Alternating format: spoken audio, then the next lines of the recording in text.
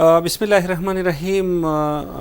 ډیرو قدرمنو اوریدونکو او لیدونکو، په تیر درس کې مو د املا او انشاء او همدارنګه د لیکنې په بیلابیلو برخو باندې بحث وکړو. اوس غواړو چې په املا کې له موضوع په وتلو باندې بحث وکړو. په املا کې له موضوع وتل په دې باندې بحث کوو. لکه څنګه چې په تیرو درسونو کې هم ورته اشاره وشوله چې کله چې موږ یوه جمله لیکو نو کوشش باید دا وکړو چې لومړی په فکر وکړو. مثلا زموږ فکر موږ ته هغه خپل لوری راښیي، نو بې فکره شروع نه کړو. که چېرته یو شی په یوه جمله کې خلاصه کیږي یا په یو پاراګراف کې خلاصه کیږي، لازمه نه ده چې د یوې جملې او د یو پاراګراف نه اوږد کړو. پرون ما یو د یو ډېر لوی استاد او پوهان لیکنه لوسته، نو خلکو ورته لیکلي چې ډېره زیاته مننه، خو دا لیکنه دې دومره اوږده کړې ده چې هېڅکله مې ستا لیکنې تر اخره پورې ونه لوستې. ګورئ، بې ځایه اوږدول عیب دی. د ضرورت په وخت کې باید لیکنه اوږده شي، که ضرورت نه نو لازمه دا ده چې څومره شی چې موږ لیکو هغه باید زر دغه ډېر راخلاصی کړو او خپل لوستونکي په پام کې ونیسو چې ما څومره خلک لوستی شي او څومره خلکو سره وخت د مقابل لوري وخت باید سړی په پام کې ونیسي. موږ باید لکه څنګه چې په عنوان کې ورته اشاره کړې ده، هره لیکنه یو چوکاټ لري. د لیکنې له چوکاټ نه وتل املا ستونزمنوي. مثلا تاسو یوه لیکنه را شروع کړه، لیکنه په یوه موضوع باندې ده، بیا پکې تاسو څنګزنو دغه ته لاړئ، مسایلو ته لاړئ. که هغه ډېره دلچسپي ونه لري هغه لوستونکی زموږ ستا د څنګزنو مسایلو سره، لهذا لیکنه عمل ته پرېږدي. که کتاب را باندې چې وروره ته کوم خواته تلئ، خو که دلچسپي ولري او ضرورت وي نو بیا زر مخه کتاب لوستل هم ګران کار نه دی، او په خپل هغه کتاب یا هغه لیکنه یو چا باندې ځان تحمیلی چې ولیکل شي. بله ډېره مهمه خبره هغه د دقت خبره ده. دقت باید موږ په پام کې ونیسو چې کله چې موږ یوه لیکنه کوو له ډېر دقت نه او د ډېرې ځیرتیا نه کار واخلو. او ځیرتیا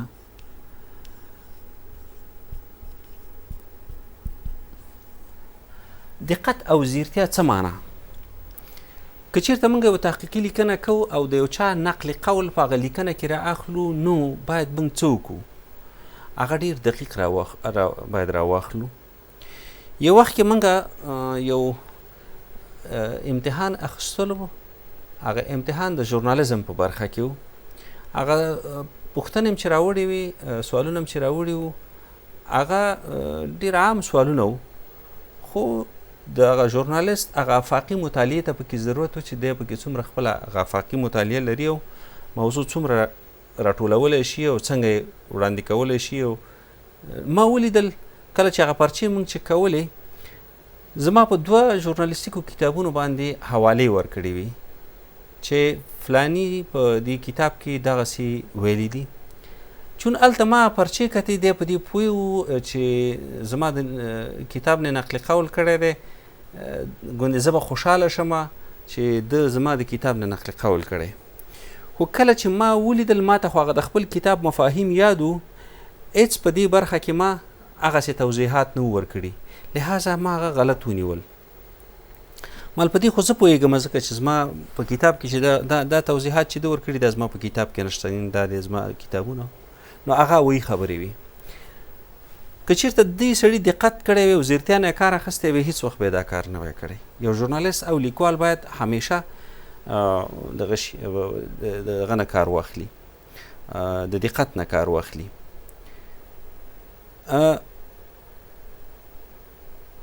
ځینې لیکوال وایي چې یوه لیکنه 2 پړاوونه لري. لومړی هغه پړاو دی چې لکه لیکوال چې سره زر لاسته راوړي، خو دومه یې دغه خلا ډکول دي.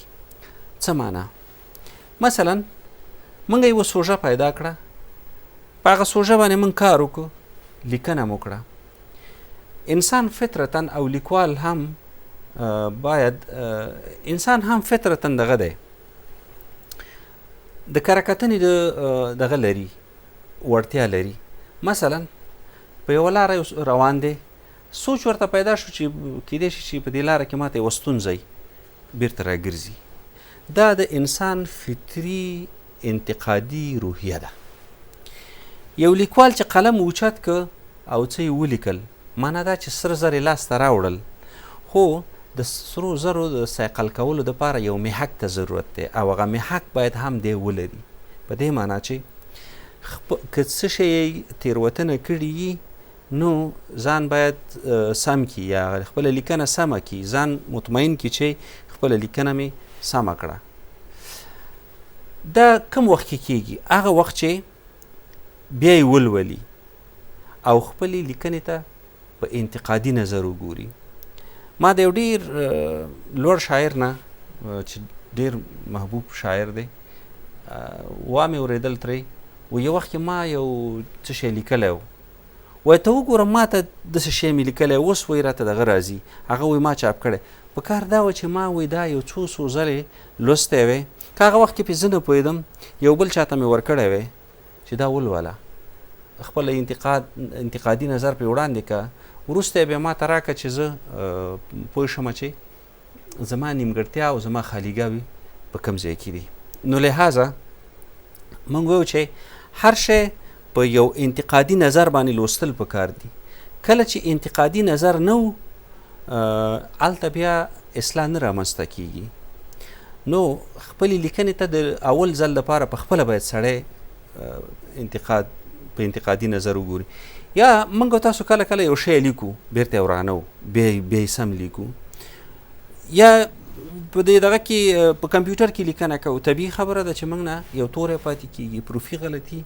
نو بیا لیکل چې دی دا هم په دقت پورې اړه لري او هم خپله یو انتقادي نظر دی چې په لیکنه باندې کېږي. نو دا باید موږ په پام کې ونیسو.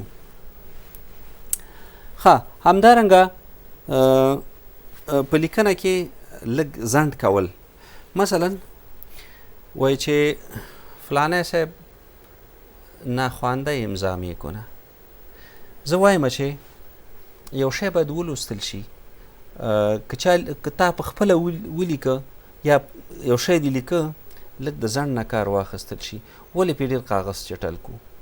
ولې په الفاظو باندې فکر ونه کو؟ که چېرته همداسې بې فکره الفاظ لیکو یو لیکوال یو ژورنالیست نوم چا اخیسته، ویل چې فلانی صاحب یې اول یې لیکي بیا وروسته پرې فکر کوي. نو زه وایم چې اول فکر وکړو او بیا د ډېر فکر او د ځنډ نه وروسته یو شی ولیکو. فکر زموږ د لیکنې دپاره ډېر ضروري دی، ځکه هغه لیکنه کې چې فکر نه وي او بې فکره لیکنه وي لوستونکي ته هېڅ شی هم نشي ورکولی. لحاظه زموږ لیکنې باید موږ ته دومره مهمې چې د چا دپاره چې موږ لیکنه کوو چې هغه ته یو فکر موږ ورکو. ښه، بله ډېره مهمه خبره دا ده چې د املا د پرمختګ لپاره نوې لارې چارې څه دي؟ کله که موږ غواړو چې یوه ښه لیکنه وکړو باید د لیکنې لپاره مو ښه سوژه پیدا کړې وي. دا ډېره مهمه ده، ځکه د لیکنې لپاره انګیزه ضرور ده او که انګیزه نه وي بیا لیکنه نه کېږي. او کله چې زموږ په ذهن کې ښه خیال او ښه فکر راغی، همدارنګه مو د جملو جوړښتونه او د کلمو جوړښتونه په خپل ذهن کې سره ښه پاخه کړل، نو موږ دې ته اړ کېږو چې یوه ښه لیکنه وکړو. ډېر کله تخلیقي لیکنې داسې وي چې وخت ورته نه ټاکل کېږي، بلکې په هر وخت کې کېدای شي چې یو خیال